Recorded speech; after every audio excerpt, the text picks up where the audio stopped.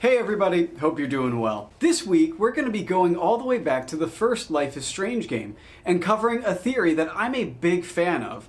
It's actually a theory that I covered all the way back in my original Life is Strange deep dive over a year ago, which, remembering that I've done this for over a year now, is just a very bizarre thing. Essentially, the theory that we'll be discussing today is the possibility that Nathan Prescott and Mark Jefferson didn't commit their crimes on their own. But first, we need to go over what we know for sure about the crimes and the people behind them. And that would be Mark Jefferson and Nathan Prescott. They serve as the primary antagonists in Life is Strange 1, and their actions ring through almost the entire series. Really, anything related to Arcadia Bay always ties back to them. Mark Jefferson was a new teacher at Blackwell Academy. Before he taught there, he was a world-renowned photographer. Nathan Prescott was an extremely affluent student of Blackwell. The two formed a very strange, almost father-son kind of bond, as Nathan struggled with mental health issues and had a very poor relationship with his father. He searched for approval through Jefferson. So what about the crimes themselves? Well, their MO was this. First, Mark Jefferson would choose a target. They typically targeted 17 to 18-year-old females. This was most likely due to ease of access. The students that Mark Jefferson saw every day were about this age, as at the time Blackwell Academy had a special 2-year senior program. Jefferson would prepare the darkroom for his victim. It was a meticulous setup, setting up different lighting equipment, setting aside different cameras. He had a whole vision for this. And he even set aside a binder and would label them with the names of each of his victims. These binders would be used to store the photographs that he would take. Once a victim was decided, Nathan would go to known drug dealer Frank Bowers. Nathan would purchase the drug GHB, also known as gamma hydroxytributate. That is a mouthful, and I'm definitely not saying it right. For reference, GHB is a known date rape drug, a drug that causes the person to lose consciousness and lose their short-term memory. Then Nathan would search for an opportunity to drug the victim for Mark Jefferson, most likely using Vortex Club parties as a cover, as most people wouldn't be too alarmed seeing a young woman blacked out during one of these parties, as excessive drinking and drug use was typically involved. It also provided Nathan Prescott with a very easy way to spike their drink with the drug, as he was a high-ranking member of the Vortex Club, the second-hand man only to Victoria. We also know this because this is the exact method that he uses to target Kate Marsh. Now, he didn't exclusively use the Vortex Club parties to drug these victims. We know this because of his attempt to do the same thing to Chloe Price. However, all of the evidence surrounding that tells me that it wasn't one that was instructed by Mark Jefferson. Rather, it was something Nathan did in order to try and prove to Jefferson that he could handle himself. So the Vortex Club parties themselves were more often than not the cover for these crimes. Once the victim was drugged, most likely through spiking a drink, Nathan would come in and try to save the day by offering them help, like in the case of Kate Marsh. Kate says one of the last things that she remembers was Nathan telling her that he would take her to a hospital. Nathan would then drive the victim deep into the woods where the darkroom was hidden. The darkroom was located on a piece of property owned by the Prescotts and hidden within an old barn. This room served as both a storm bunker as well as a photography studio. And it appears that Sean Prescott, the father of Nathan, specifically built it for Mark Jefferson. However, it's unknown if he knew exactly what was going on. Once Nathan brought the victim to the darkroom, Mark Jefferson would take various photos of them, pose them, antagonize them, among other things. All the while, the victim would have no memory of this due to the drug in their system. And something I want to make abundantly clear, and something that appears to be a misconception throughout the Life is Strange community. There is no hard evidence that Mark Jefferson ever sexually assaulted his victims. In fact, there's evidence to the contrary.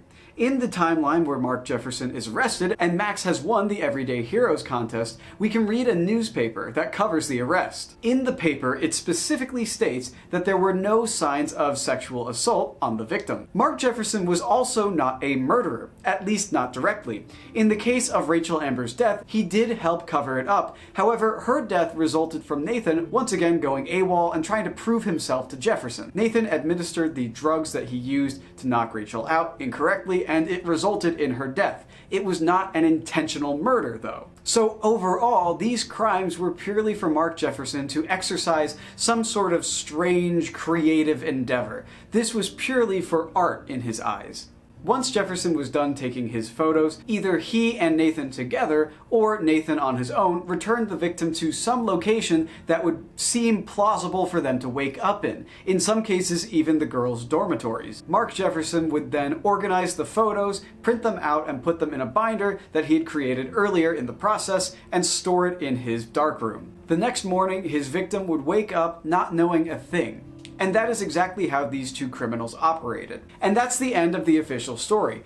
However, that brings us to this theory. There's a couple of holes within the crimes themselves. For example, if it was just Nathan who was repeatedly bringing these girls to the darkroom, wouldn't it get a little suspicious? I mean, after all, people don't think that Nathan is a great guy. They kind of just suck up to him because of his massive amounts of wealth and his ability to supply drugs and drinks to the Vortex Club parties.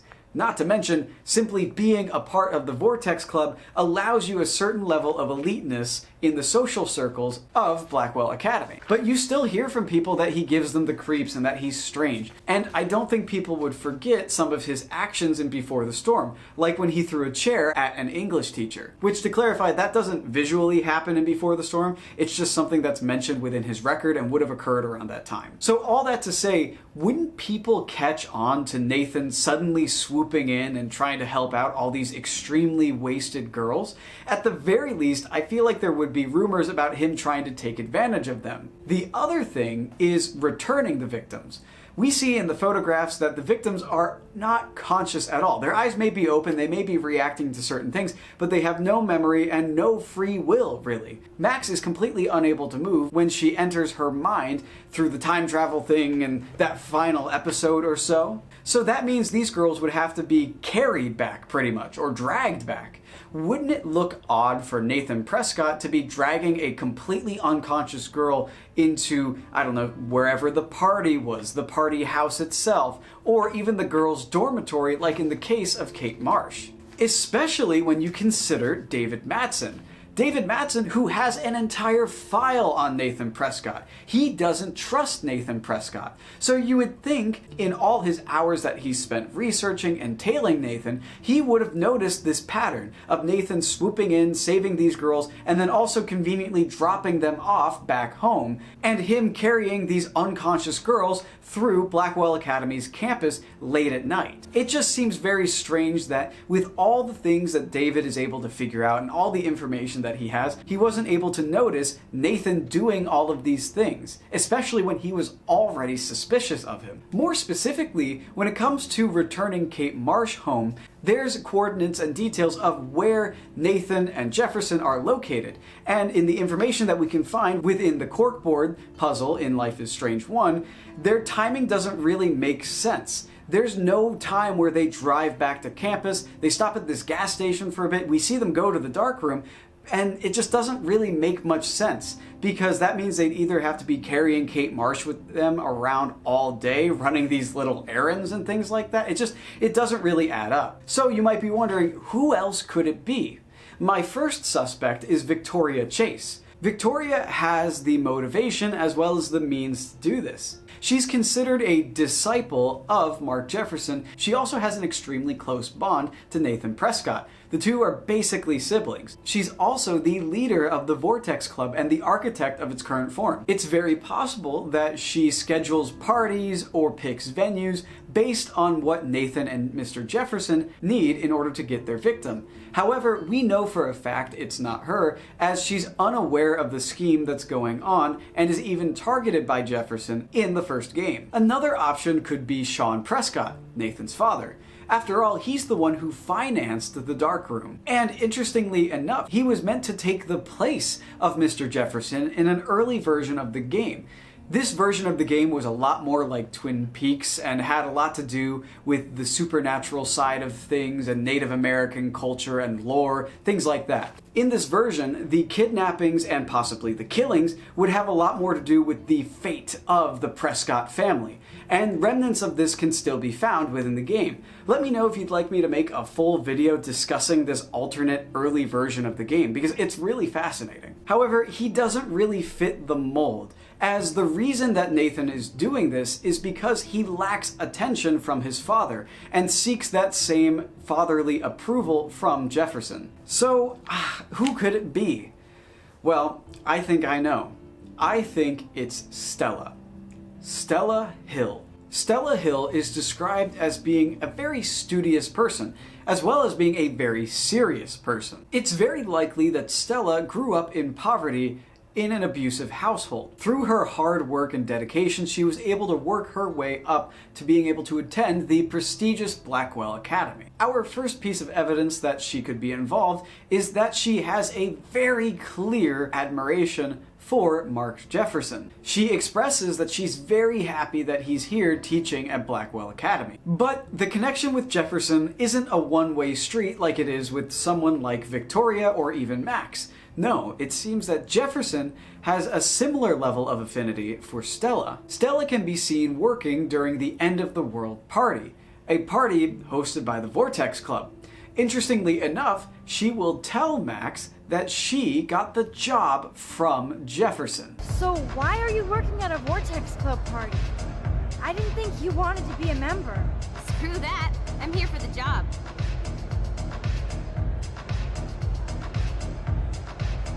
Who hired you? Mr. Jefferson asked me because he knows I don't have a lot of money, even with my job and scholarship. I'm not cool enough for this school. So that very clearly establishes that her and Mark Jefferson have a relationship that is mutual. He helps her out by providing her with jobs and work, things like that, and she has a clear admiration for him and his teaching. The second piece of hard evidence is the fact that Stella is a client of Frank Bowers. She's labeled as Dash Hound within his Black Book. Now, on record, we only see her purchasing ADHD medication. The significance of ADHD medication in particular is that it's used by college students to help themselves focus and study harder, which tracks for someone like Stella, who has worked hard in order to get where she is, and she doesn't want to let herself fall behind. However, this once again provides a clear connection to Frank Bowers, someone who has access and has sold GHB before. The third piece of evidence that is in the game and clear as day is the fact that Stella is aware of Mark Jefferson and Rachel Amber's relationship. She outright tells Max that the pair were sleeping together. That's what you think. Now, how do you know this? You have a lot to learn here at Blackwell. Rachel Amber absolutely had sex with him. Well, I heard that from a good source.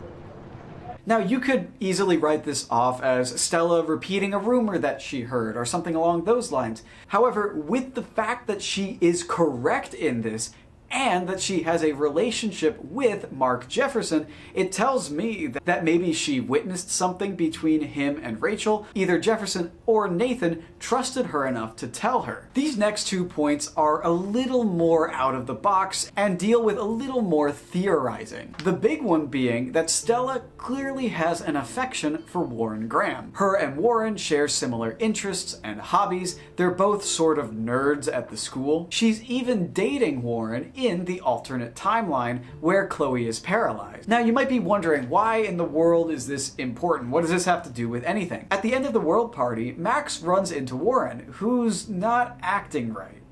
He's slurring his speech, he's stumbling. Chloe and Max remark that he's absolutely wasted. However, he claims that he's only had half a beer. Have you been drinking? Well, if you consider half a beer drinking. Let's go, Max. While this could be written off as a joke that Warren is a lightweight, I think it has far more sinister undertones. If you recall, Kate Marsh directly states that she only had one drink at the party, where she was drugged by Nathan, and it took a matter of minutes for her to fully succumb to the effects of GHB. It doesn't sound like you. I can't see you partying with Victoria. I didn't. You have to tell me more than that. What happened at the party? Did you drink? I swear to God, I had one sip of red wine, and then I drank water. Not enough to get wasted, is it? I don't get wasted. Ever. I take a sip at church, and I don't end up on a viral video, okay? I don't know about you, but it feels like Warren is succumbing to the early effects of something in his drink. And since he's only had half of it, he's still semi-conscious and lucid. However, it's clear that he's fading fast. And once he completes that entire drink, he would be out. But who's working at the party? Who would want to drug Warren? Well, it would be Stella. Not only would she have the motivation, that being her feelings for Warren, and possibly the jealousy of Max pursuing him if you're going that route, she also has the ability, as she has a clear connection with Frank Bowers, and since she's working at the party, it wouldn't look odd for her to pass Warren a drink or be around the drinks before Warren comes and grabs his. But here's the thing, where would she even get this idea from? It's so deranged. I think that she got this idea from Nathan and Mark Jefferson, and that's why she decided to go ahead with her own scheme. And remember the most damning hole in the official story of the crimes that Nathan and Mark Jefferson committed? It was that there's really no possible way that they would have gotten multiple victims or even just Kate Marsh back on campus. She said she woke up in her dorm, in the girls' dorm. So you're telling me that Nathan Prescott carried an unconscious Kate Marsh into her dorm, into the girls' dormitory, without David Madsen even batting an eye? But if Stella took her back, another very studious and hard-working girl was carrying her unconscious friend back to her dorm after a long night of partying, well, that wouldn't get a second thought from David Madsen. I feel like the most he would say is scold them for drinking to begin with and then tell Stella to get Kate back to her dorm safely. Because to him, all it would look like is a friend helping out a friend. See, but why? Why would she even get involved with this whole thing to begin with? I would say that it's not just because she likes Mark Jefferson. That would be a very surface level, basic idea for me to just say she's doing it because she likes him. And I also don't think she's solely doing it because Jefferson does things for her in return. I think it's because she has very similar problems to Nathan. I mentioned earlier that it's very likely that her household was abusive.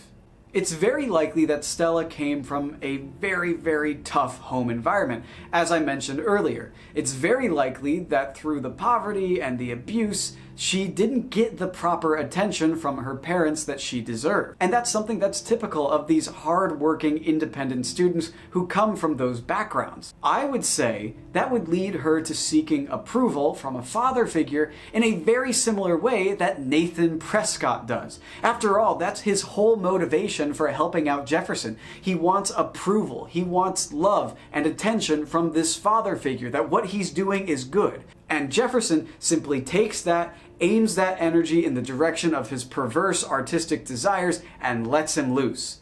It's the same exact thing. It would also explain Nathan's repeated attempts to try to go out on his own and replicate what Mr. Jefferson does in order to impress him. Not only do we have a text message from Jefferson saying to go out and impress me, but it would also make sense if, in a similar way to the Saw franchise, how Jigsaw has multiple assistants who are almost competing with each other for his favor. If Nathan felt the need to compete with Stella as an accomplice by going out on his own and proving that he could do it just as well. And Jefferson is very openly frustrated with Nathan and his rashness. And I feel like he isn't exactly shy about that to Nathan. And it's very possible that he favored Stella because of her calm intelligence and her hardworking nature. So to sum it all up, in this theory, if it were correct, Stella would be a girl who came from a horrible background, worked her way up, and craves validation. Whether it's paternal validation from a father figure or romantic validation, she craves it. But she doesn't get it through the traditional sense. No, not like someone like Victoria or Rachel putting themselves out there trying to get all this attention. Instead, she wants validation and respect. So when her favorite professor sees this drive in her and sees these problems brewing, he offers her a job or a project that she can help with. And through this, she's able to earn the approval that she never got at home. This approval and seeing these crimes occur also gives Stella the idea that the only way she'll ever win over Warren is by trying to take advantage of him and maybe even staging herself as some sort of savior for him at the party. Oh, he's so drunk, he's out of his mind, let me take you home, let me take care of you. And through that, he would respect her, he would say thank you so much, and she would get that validation from him, and it would open the doorway for her right away. I also think other evidence of that is the fact that they are dating already by the time that the game takes place in the alternate timeline shows that in that timeline she wasn't an accomplice or anything like that, and she was able to try to approach Warren all on her own without any of these bad influences. But the reason she hasn't approached him by the time of the game in this main timeline is due to her connection with Jefferson. So overall, let me know what you guys think of this theory. I know it's a little out there, it's a little crazy, especially saying that this side character who hardly has any lines is deeply involved with the main plot. I just think it's fun to theorize with this kind of thing. So let me know what you guys think in the comments below. Do you think it's her or do you think it's someone else? So thank you guys so much for watching. I appreciate every single one of you, and I hope you have a good morning or evening or, whatever.